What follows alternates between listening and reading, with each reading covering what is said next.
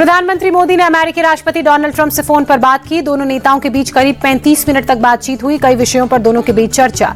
PM Modi ने राष्ट्रपति Trump को ऑपरेशन सिंदूर के बारे में विस्तार से जानकारी दी। पीएम ने स्पष्ट कहा, अमेरिका की मध्यस्थता न स्वीकार की न करेंगे। पाकिस्तान के आग्रह पर सीजफायर हुआ था।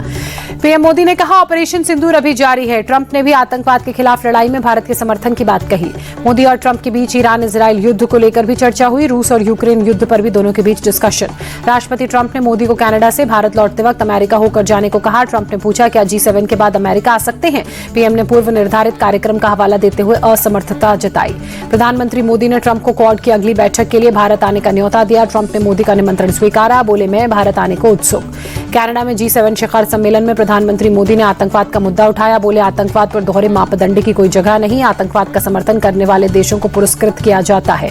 पीएम मोदी ने कहा, आतंकवाद मानवता का दुश्मन है। वैश्विक शांति और समृद्धि के लिए हमारे विचार और नीतियां स्पष्ट हों।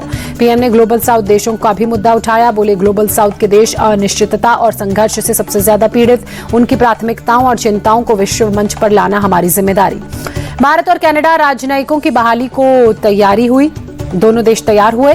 कनाडा के प्रधानमंत्री से पीएम मोदी की मुलाकात के बाद बनी सहमति। कनाडा के प्रधानमंत्री मार्क कार्नी का बड़ा बयान, आतंकवाद के खिलाफ दोनों देश मिलकर काम करेंगे। दोनों देशों के पीएम फिर जल्द मुलाकात करेंगे। 51वें G7 शिखर सम्मेलन के दौरान पीएम मोदी और इटली की पीएम जॉर्जिया मेलोनी की मुलाकात। दोनों नेताओं के बीच बातचीत।